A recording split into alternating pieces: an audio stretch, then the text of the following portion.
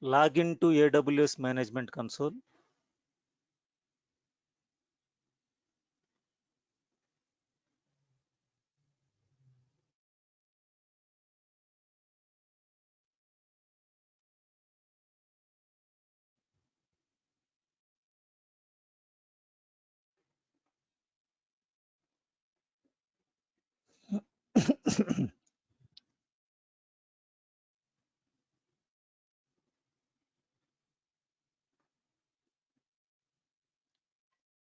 Launch Windows Server instance.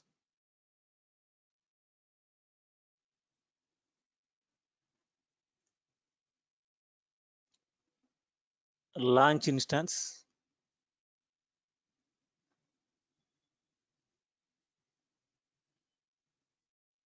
So here we have Linux images are there. First we are going to see Windows Server image.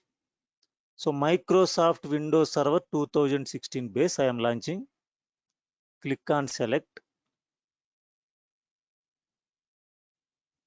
Free tier eligible. Click on configure instant details. Leave defaults. Add storage. So the default volume of root Windows Server is 30 GB. Add tags. Click on add tag. Name Win Server. Click on configure security group. So Windows servers we can log in through remote desktop protocol. So RDP is selected here by default. Review and launch. Launch instance. Select the key pair. Click on launch instance. So click on view instances. So Windows server is launching.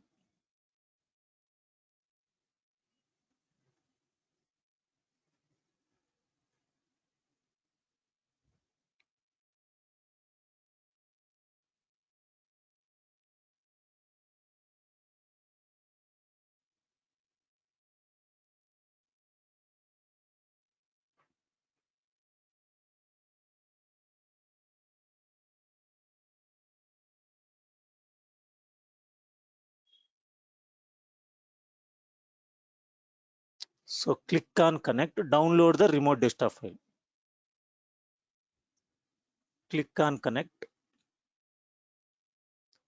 download remote desktop file, get password. So Windows Server administrator account name is administrator. So we need password. Click on get password. Try again. So it will take. So please wait at least 4 minutes after launching the instance. Just wait.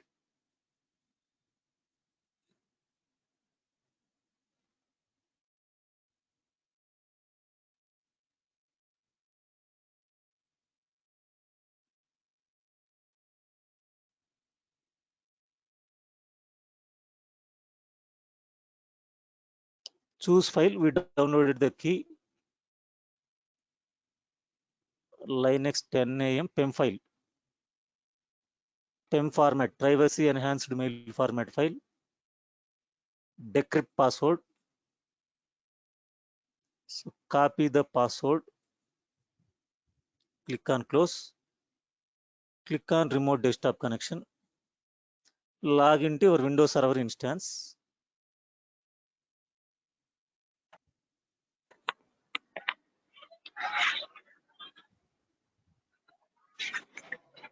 Connect to Windows Server.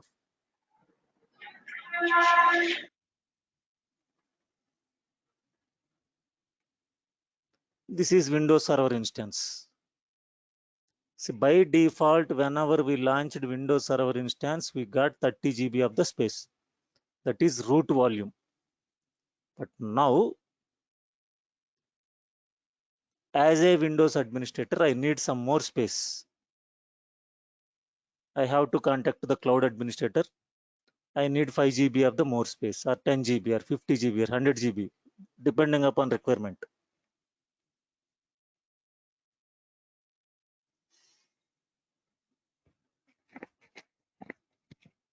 This is my Windows server. So how to check the disks in Windows? I want to know how many disks are there. Go to Start button, Windows Administrative Tools, go to Computer Management.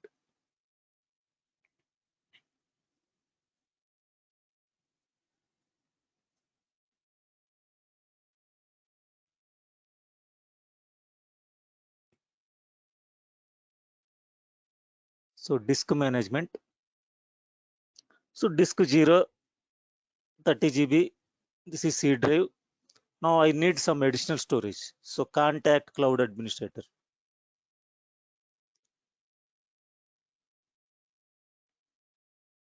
Go to Cloud. Here go to EBS volumes. Elastic Block Store volumes. Click on volumes.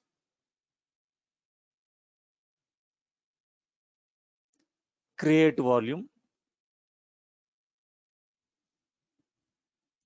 So here I am giving 5 GB only. 5 GB up to 16 terabyte you can assign. Click on create volume. Click on close. See here, without confusing, I am giving the name of the volume WinVol 5 GB. Okay, now I want to assign this volume to the Windows Server instance. Click on Actions, Attach Volume. Select the instance, Win Server. Click on Attach.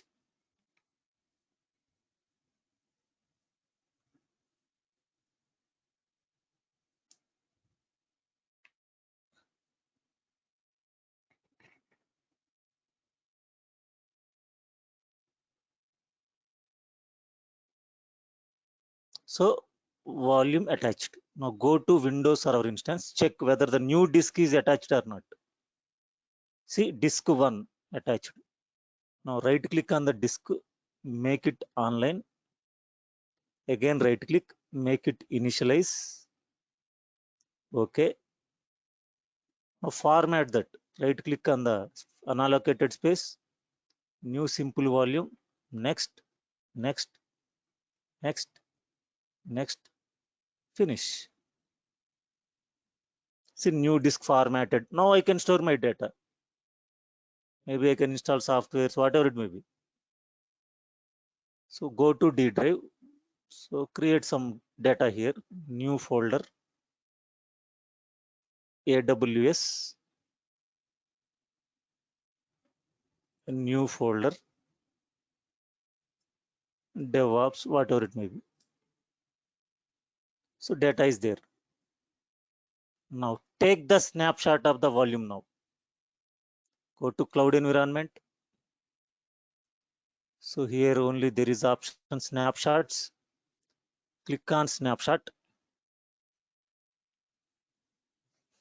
Create snapshot. Snapshot is nothing but a backup. Which volume? WinVol.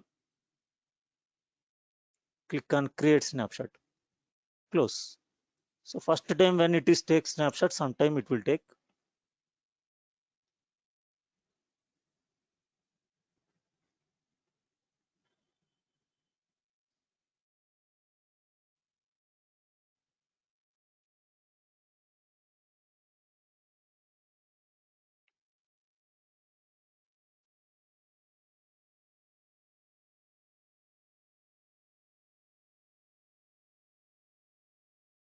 Snapshot completed. Give the snapshot name. WinSnap. Some name I am giving.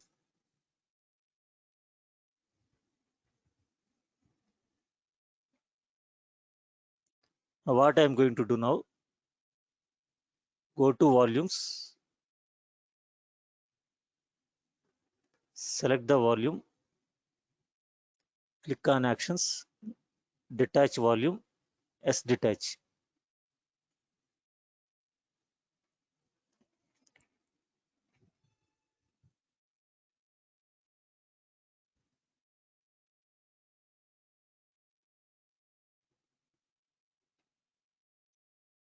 detached. Now delete the volume also. Click on action, delete volume. So my volume is deleted, but I have the backup is there, snapshot. Now you can go to Windows Server instance. See, no D drive. Disk 1 is not there, deleted. But I have a backup. I can restore it. Now go to snapshots. Select the snapshot to restore the volume. Select the snapshot.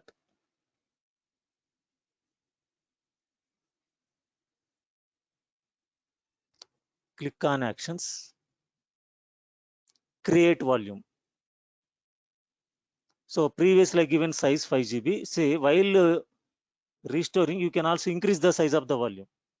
So I'm giving 8 GB. Create volume. Close. Now select the volume.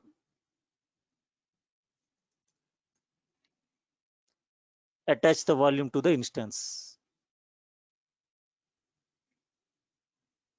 So go to volumes. This is 8 GB volume. Click on actions. Select the volume. Click on actions. Attach volume. Windows Server. Attach.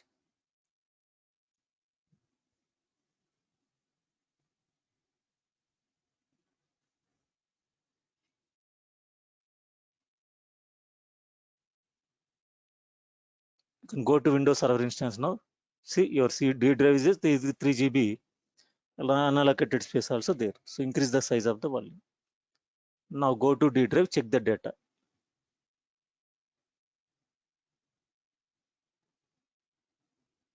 See, go to D drive, AWS DevOps. So like this, you can create the volumes, you can attach the instances, running instances, you can take the snapshots.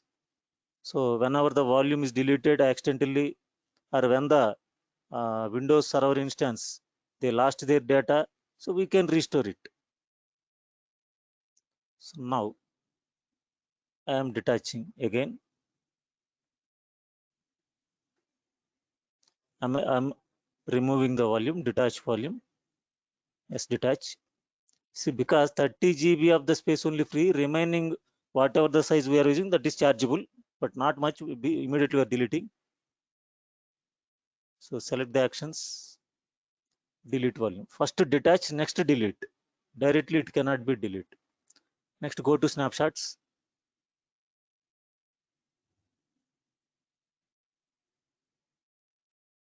Remove the snapshot. Delete. Yes, delete. Yes, delete. So first delete this one. WinSnap actions. Yes, delete.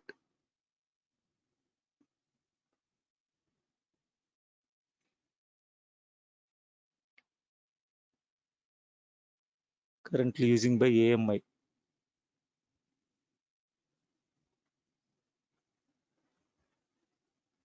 Go to computer management.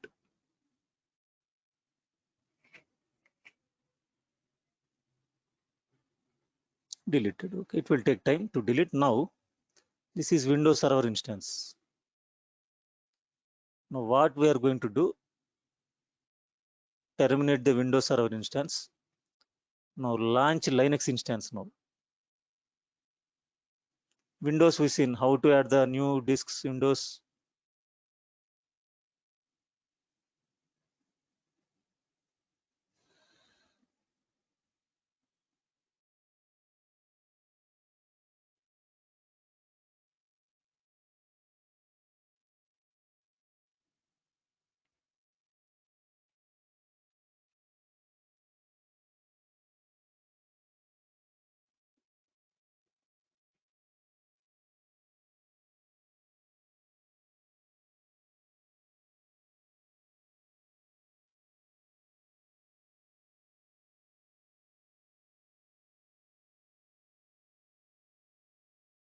So launch Linux instance now. In Linux, how to access new devices? Select configure instant details, use defaults, add storage. So the default volume of Linux root instance is 8 GB. Windows is 30, Linux is 8. Add tags, name, Linux server,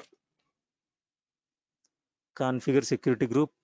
So the default protocol to log into Linux server instance is SSH, review and launch. Launch. Select the key pair, launch instance. View instances. Now Linux server we are going to launch. How to add the additional storage to the Linux servers? Select Linux server instance. Your right side, select the public IP. Go to your Windows server, Windows system. Putty. Expand SSH. Select authentication. Select the key. Linux 10 AM. Click on open. Authentication yes. So I am increasing the font size.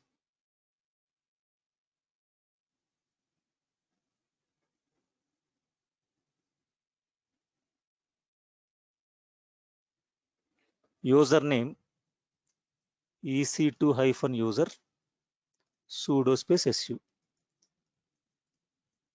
See, previously Windows is a graphical user interface. So we went to the computer management, disk management. It shows disk 0, C drive. Disk 1 we added D drive. But Linux, how to see the available disks in Linux? F disk space -L.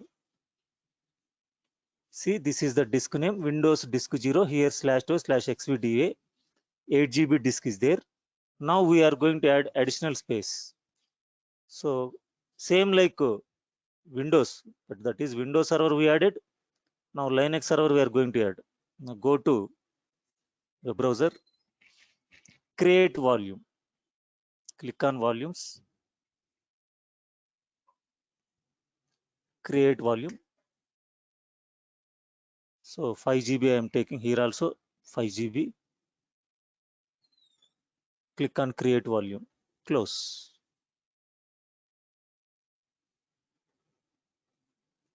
So give any one of the name, Linux wall. Now attach this volume to the Linux server instance. Click on actions, attach volume, Linux server. Click on attach.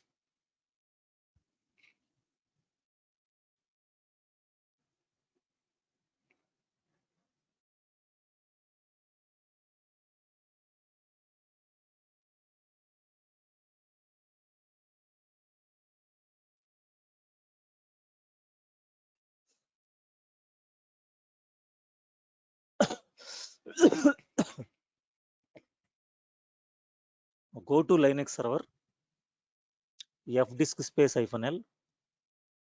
See, new disk is attached 5 GB. This is the device name /2/xvdf. So Windows, what we simply done, right click, make it online, initialize, right click, new partition. In Linux, I want to create a partition. F disk space disk name /2/xvdf. P, see the partition table. N, new partition. P, primary, partition number 1. I am taking 4 GB space plus 4 G.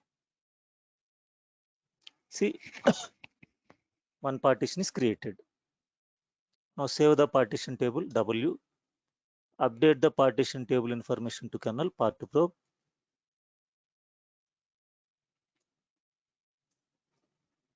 So now format the partition.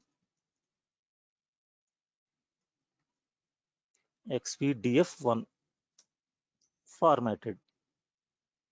After formatting, you have to mount it. Oracle mount /2/xvdf1/Oracle. Now df space -H. See, in Windows simply we done because it is a graphical mode. Right click, online, initialize, create new partition, D drive, store the data. Linux, we have to do all the steps. Now see the Oracle database administrator, they can install an Oracle partition. This df-h like my computer in Linux. See, if you open my computer in Linux, you can get C drive, D drive, E drive. In Linux, you can understand what are the file systems as there. Root, Oracle. So this is the partitions. So like this, you can create the block level storage. You can add the storage to the Windows Server instances, Linux server instances. So I am unmounting this. Unmounting means offline. So this is the way we can attach the storage.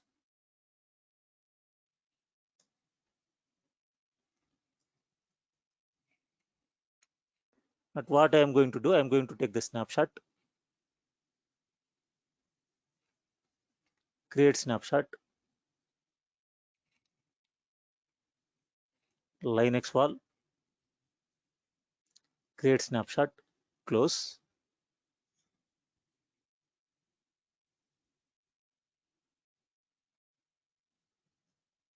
Linux snap.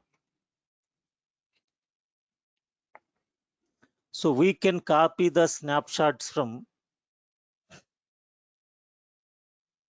one region to another region. See, now I am in Mumbai region, right side you can see. I can copy my snapshot image to Singapore region, US East region, US West, whatever it may be. So here we have number of regions are there.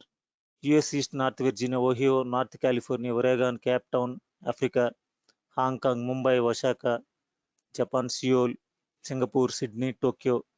So now I want to from any to any region you can copy. I want to copy in Singapore region. So select the snapshot, copying the snapshot from one region to another region. Select the snapshot, click on actions, copy the snapshot, click on copy, select the region, Asia Pacific Singapore, click on copy, close. Now go to here, change the Singapore region, click on here, select Asia Pacific Singapore region. You can check whether it is copying or not. See, copying. So whenever I last snapshot my Mumbai region, I can take back the snapshot from Singapore region, I can restore it.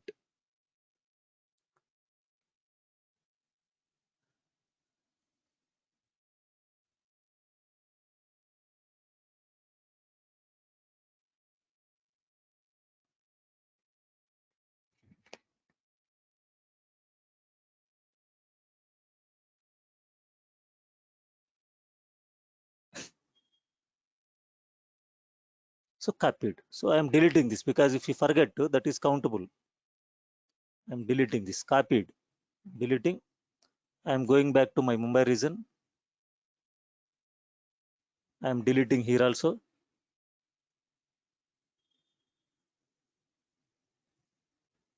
Select Linux snap,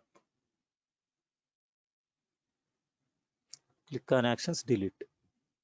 Yes, delete. Winwall, delete. Yes, delete.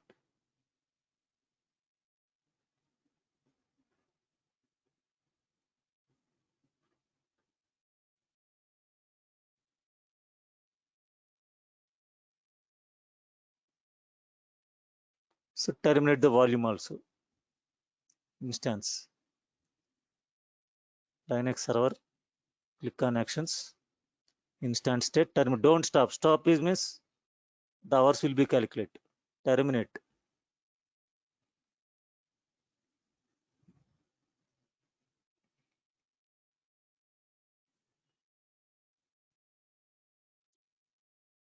Check the volumes. Once you terminated the instance, automatically volumes also is going to be terminated. Sorry, default volumes will be terminated. These volumes we have to delete.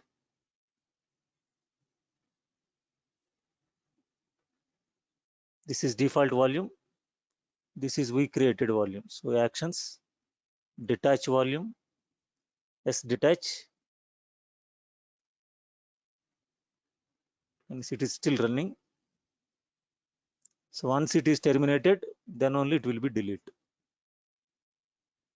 Refresh, deleted. Actions, delete volume, yes, delete. Refresh, it is also deleted. It's like log out from your account. So this is Elastic Block Storage. So next chapter,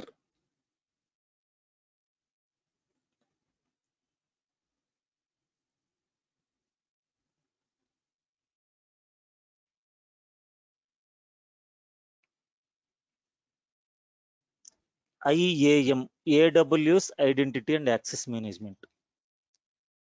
So generally we are working on real-time scenarios, whether it is Windows servers or Linux servers. We can have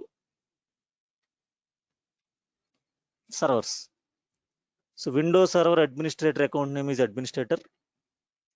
Linux server administrator account name is root. So as a root user, as a administrator in Windows, we can assign some root privileges, administrator privileges to normal users. So in Windows servers, the concept is called delegation control, assigning the system administrator privileges to normal users. Generally, once you log in a company, they will not directly give the administrator password for you. So they will create one user account. So for you, they will assign some privileges. You can only work on that privileges only. You cannot have under control of all server resources, not control of you. That is primary administrators, they can have the control. So they will give the permissions to the users, some administrator privileges. So in Solaris, sorry, in Linux, the concept is called sudo users, assigning the root permissions to normal user sudo, super user do. In Solaris, RBAC, role-based access control. In VMware also, we have the VM admin roles are there. Same in cloud computing, assigning the root account privileges to normal users is called AWS Identity and Access Management. Here, see, every day I am logged into my AWS Management Console account as a root account. So I am the administrator. I created my account. So every day I am logging as a root user. See, sign in root user, account owner that perform task requiring unrestricted access. So any services in AWS I can access. So here IAM users, user within an account that performs daily tasks. So I can create a user account Shiva, Obama, whatever it may be. So I can give some privileges to Shiva EC2 user. So you can only EC2 access. Some other user Elastic Block Storage, other users S3 storage. Like that, whatever the services are there in AWS. So some services tasks I can assign to the normal users. That is called IAM users, Identity and Access Management in cloud environment. So introduction to AWS Identity and Access Management features. What is multi-factor authentication? What is virtual multi-factor authentication? What are the user's security credentials, temporary security credentials, managing permissions and policies, manage users and use cases, IAM groups, accessing IAM. So AWS Identity Access Management enables us to securely control access to services, resources for the users. So by using IAM, you can create and manage the users and groups and use permissions to allow or deny the AWS resource. I can give some permissions allow, some permissions deny. IAM is a web service that enables Amazon customers to manage users and their permissions. The service is targeted at organizations with multiple users or systems in the cloud that use AWS products such as Amazon EC2 relational database services management consoles. So you can centrally manage users, credentials, access keys, and permissions that control AWS resources for other users. So this account is free to use. AWS Identity Access Management is a feature of AWS account. offered at no additional charge. See, creating account is no chargeable, but after creating account, if the user launched any chargeable services, those are chargeable only.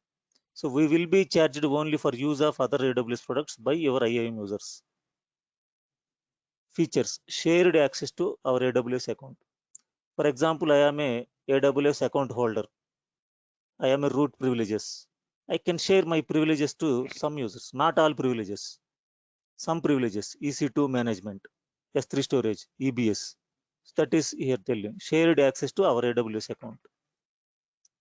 So you cannot share your password. You can create a user account, give them separate password, they can log in. Granular permissions.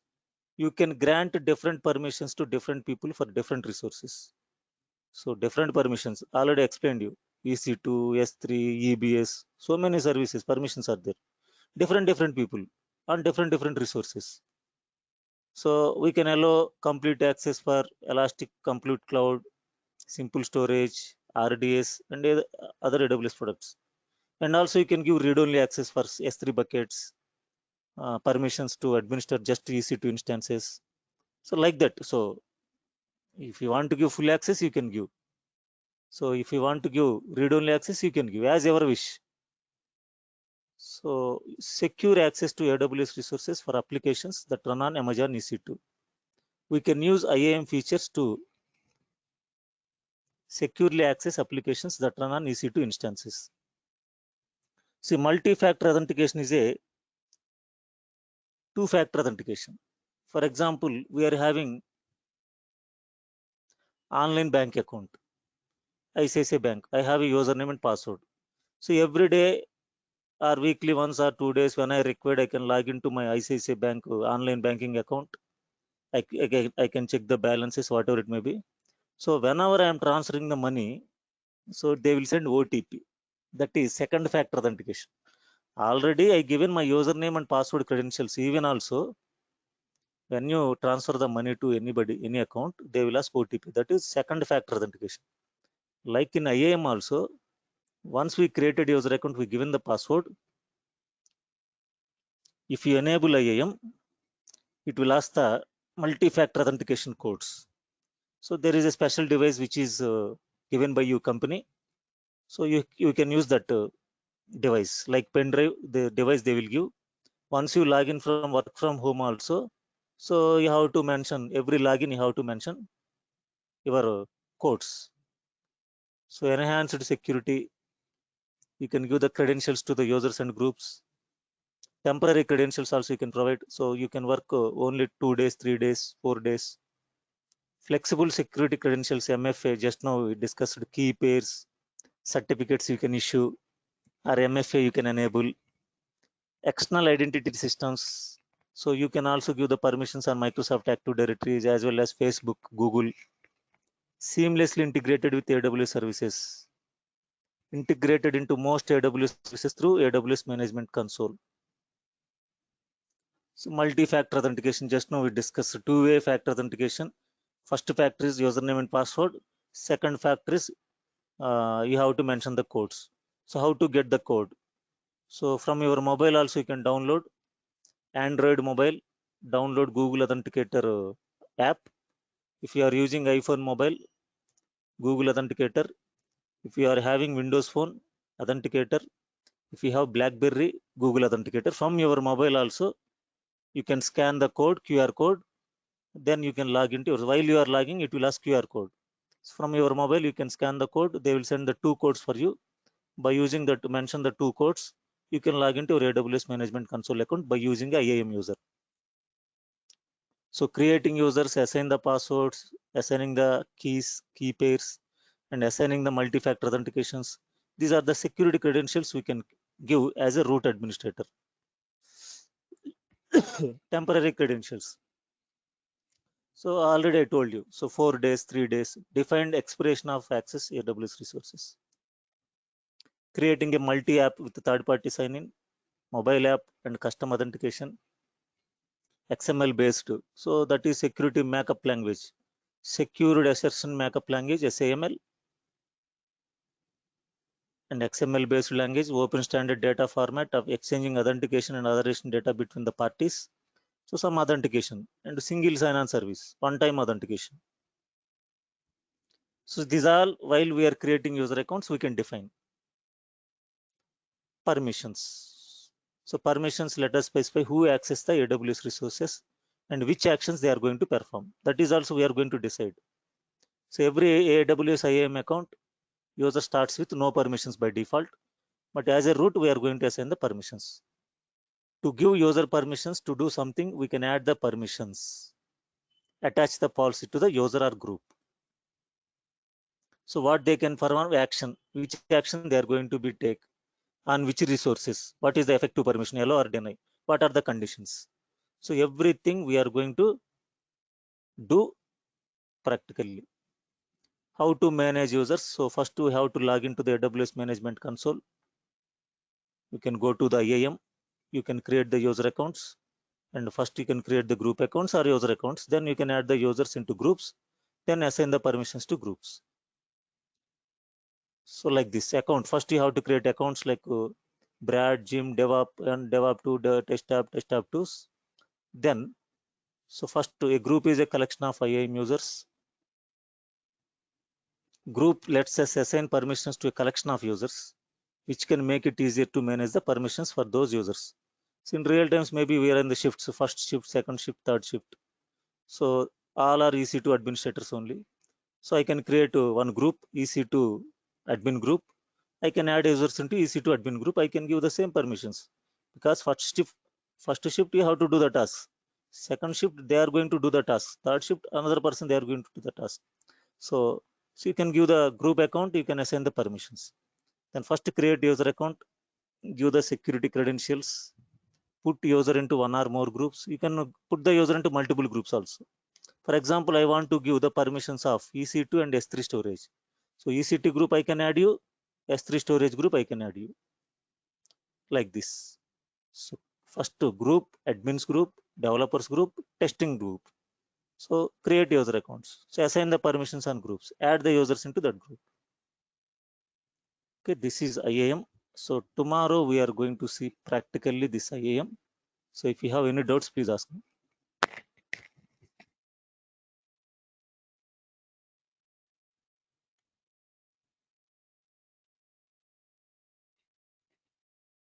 Sir, I have a small doubt.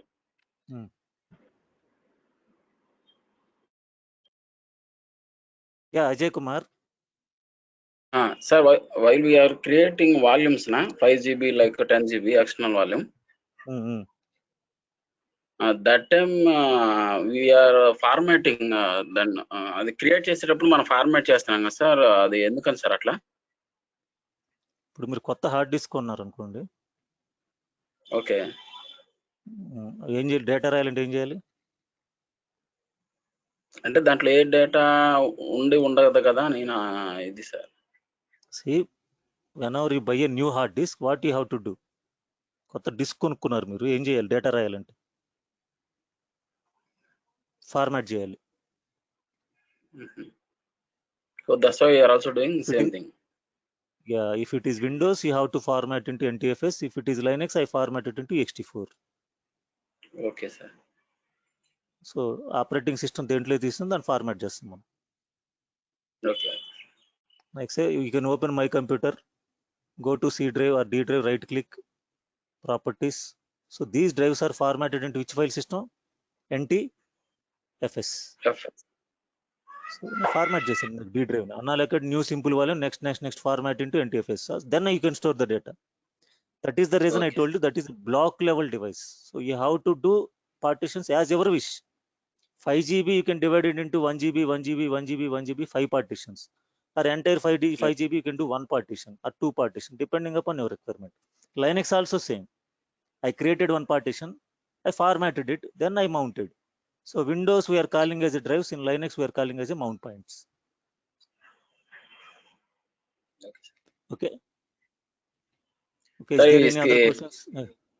Sir previous videos కానీ లేదంటే documents కానీ ఇంకా ఏం share చేయలేదు sir. Connection line లో ఉండు.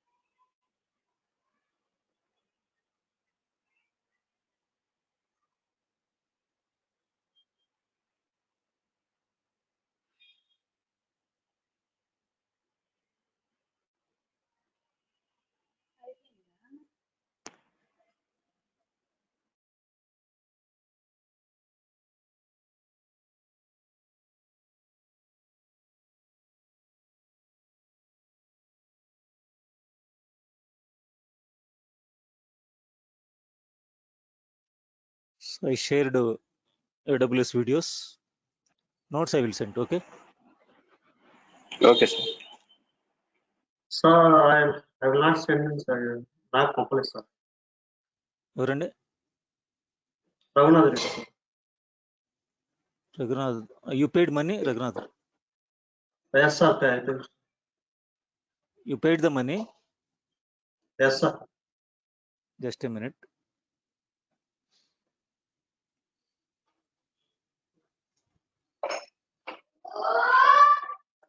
jraghunathreddy@gmail.com. Yes, sir.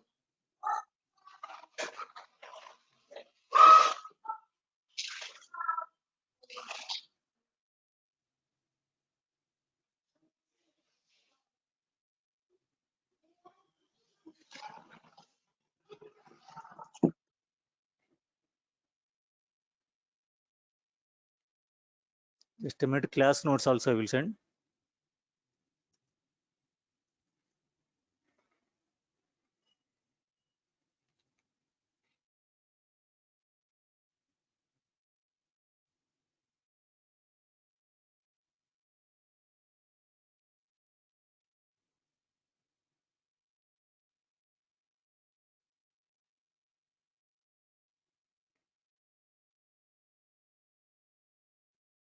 Complete step-by-step notes.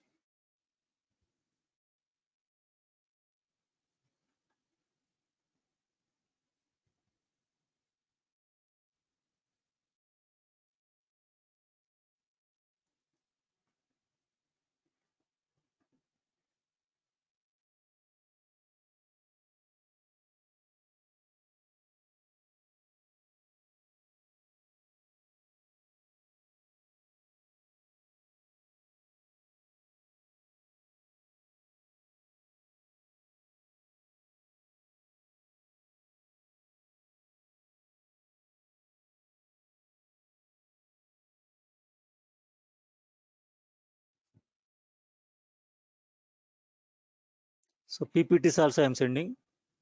Class PPTs, what we are discussing daily. So in this only we have interview questions and answers also there. You can download and unrar it. It is WinRAR format.